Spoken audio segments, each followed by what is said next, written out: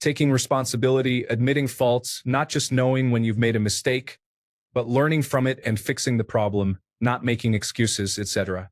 Story 1. Trying to understand where someone else is coming from with their own life experience and opinions or behavior, and not just assuming your perspective on things trumps others. Story 2.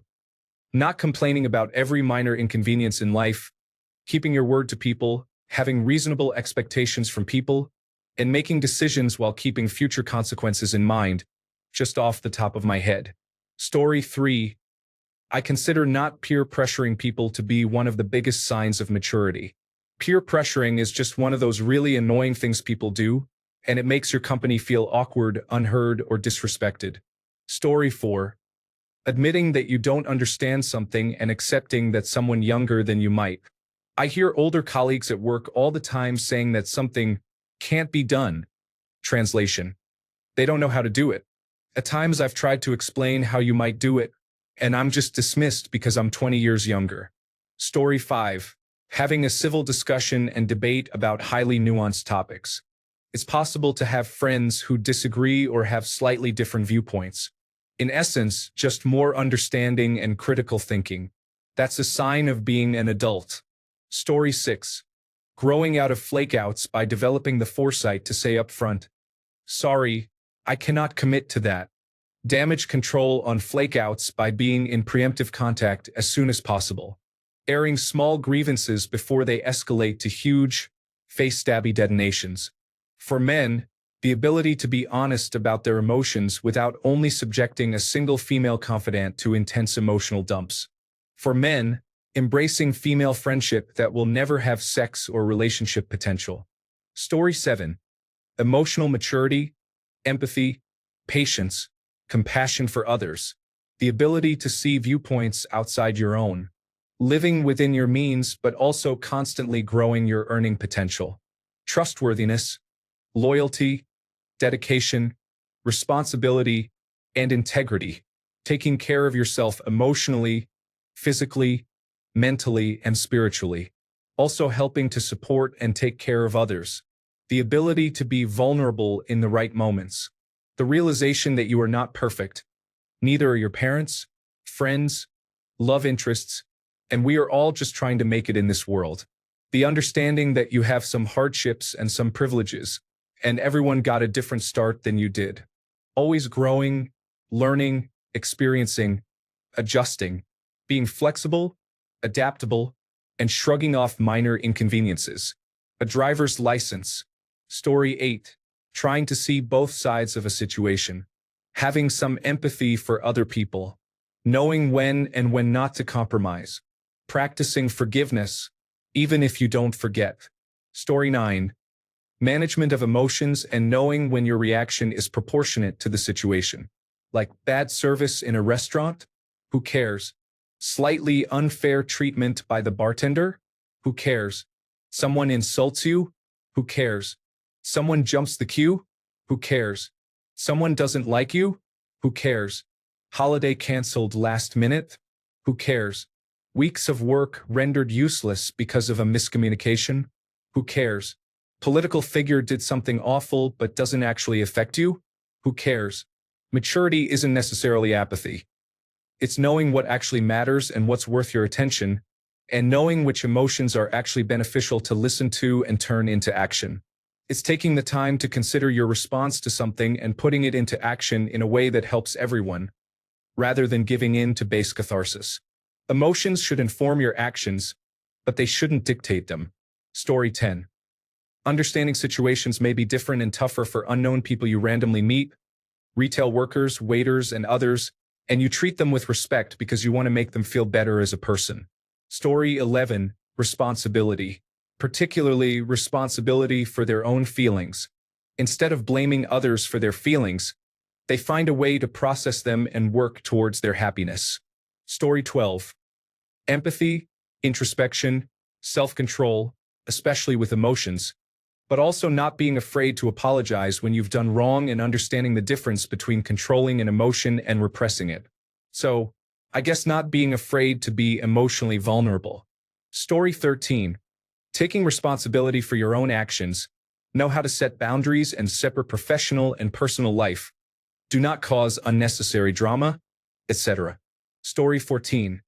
Apologizing when at fault, being accountable for your actions, being a person who is true to their word, becoming less materialistic, and caring less about what others are doing.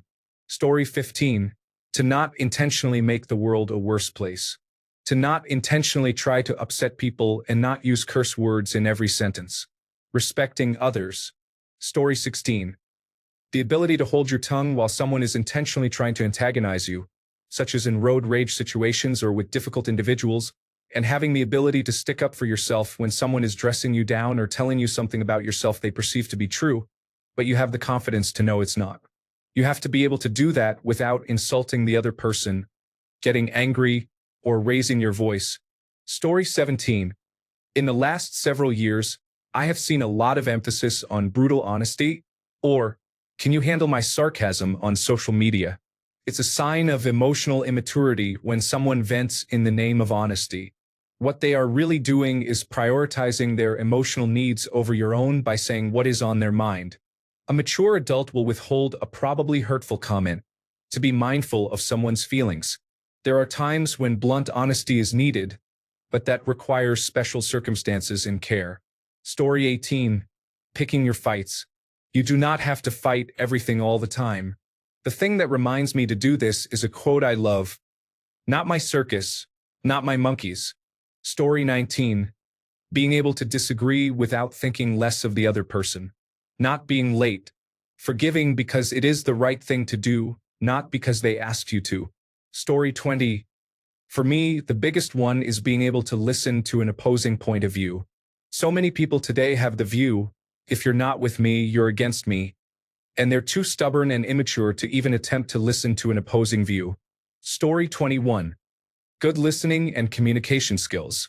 It might feel awkward to say to your partner or whomever, I feel X, because Y, and to avoid this in the future, can we work on Z? But it's so helpful. Story 22. I consider all of that to be a first sign. Also, being able to laugh at yourself shows self-esteem. It would be nice if the American president would show a quarter of these characteristics. Story 23. Not caring if you appear childish or weak. Critics who treat adult as a term of approval, instead of as a merely descriptive term, cannot be adult themselves. To be concerned about being grown up, to admire the grown up because it is grown up, to blush at the suspicion of being childish. These things are the marks of childhood and adolescence. And in childhood and adolescence, they are, in moderation, healthy symptoms. Young things ought to want to grow, but to carry on into middle life or even into early manhood, this concern about being adult is a mark of really arrested development. When I was 10, I read fairy tales in secret and would have been ashamed if I had been found doing so. Now that I am 50, I read them openly. When I became a man, I put away childish things, including the fear of childishness and the desire to be very grown up. C.S. Lewis. Story 24. 1. Not being a zombie in the morning. It's fine to not be a morning person, but change your attitude when you're at work. Adults with crabby attitudes before they have their coffee is just a temper tantrum under a different name. Drink what you like. This applies to cocktails and beers, but it's also a good metaphor for a lot of things. Taking your shopping cart to the cart corral in the parking lot. Not having side conversations while on the phone with somebody else. Don't pop your gum like some cliché 1980s cheerleader. Simple manners. Please, thank you, hold the door open. Clean your table when eating out. Super simple stuff. Not using your political choice, breed of dog, type of car, drug taking, or sexual identity as a placeholder for a personality. Story 25. Apologizing when you hurt someone even if you had good intentions. When someone says, you hurt me, you don't say, no, I didn't, or it's not a big deal. You don't just brush them off because you didn't mean to. Story 26. 1.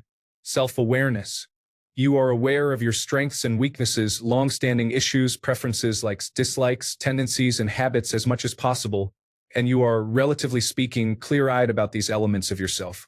No bias is impossible, but an active attempt to strip away some of one's own pretense is important. Self-mastery. You are not necessarily some romantic notion of the perfect stoic badass.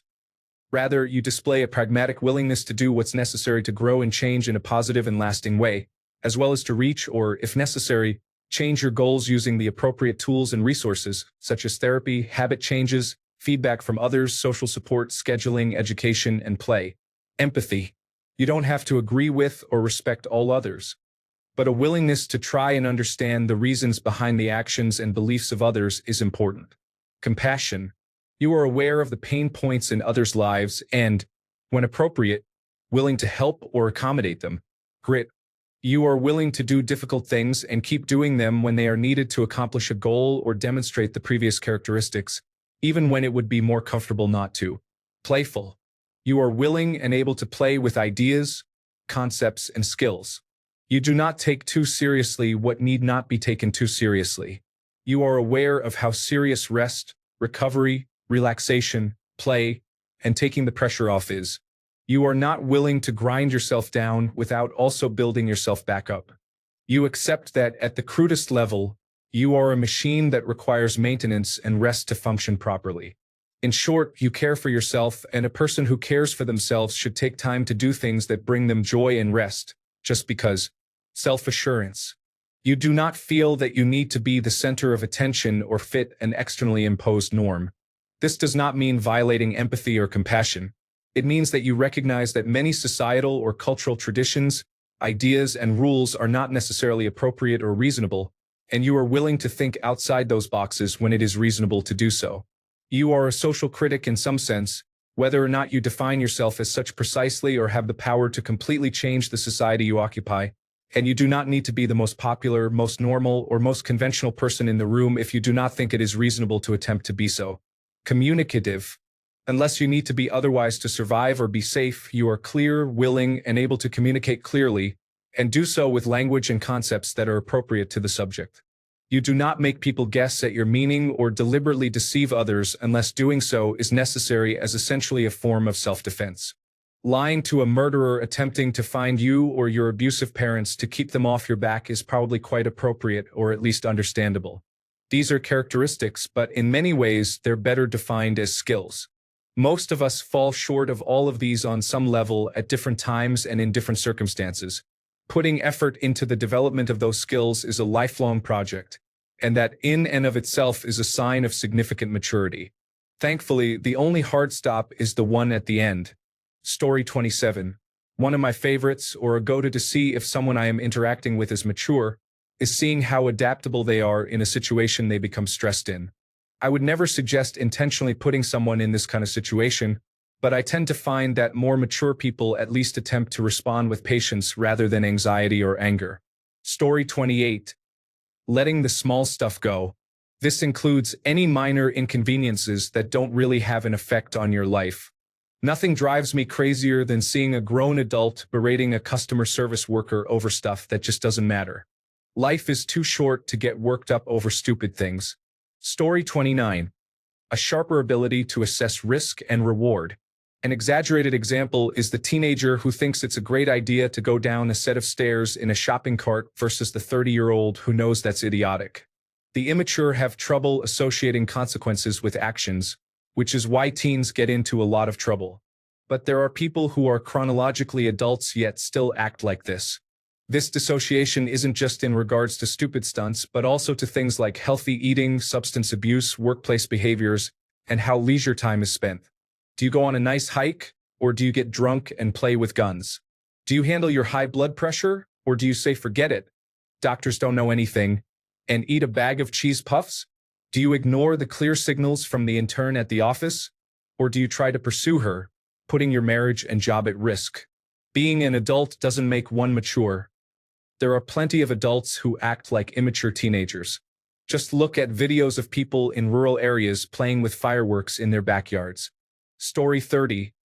Understanding that words such as maturity are generally speaking used as a way to shame and control people into doing what other people want them to do instead of what they actually wish to do. Story 31. Being okay with admitting you are wrong. Some people will dig their heels in the dirt and refuse to change their mind when they realize they are wrong, so they try to save face. Sometimes someone knows more than you, or you were thinking about something in the wrong way. It is okay, you are not all-knowing. Story 32. Being able to communicate when something is bothering you instead of complaining to others or internalizing it. Also, recognizing your worth and standing up for yourself when others fail to. Story 33. You learn to appreciate solitude and peace. You learn to listen more and be unbiased. You go beyond skin color and actually see and treat people as human beings. You appreciate nature and its surroundings more. Story 34. Not to sound this way, but these comments just sound like plain common sense. It's so simple to just be polite and respectful to everyone and take responsibility even for the little things, like dropping an ice cube on the ground. It's sad that there are so many adults that ignore these simple principles and think it's normal or okay to do so. I'm grateful that I had good people by my side teaching me these things growing up and learning some of these principles through my own experiences. Introspection is huge.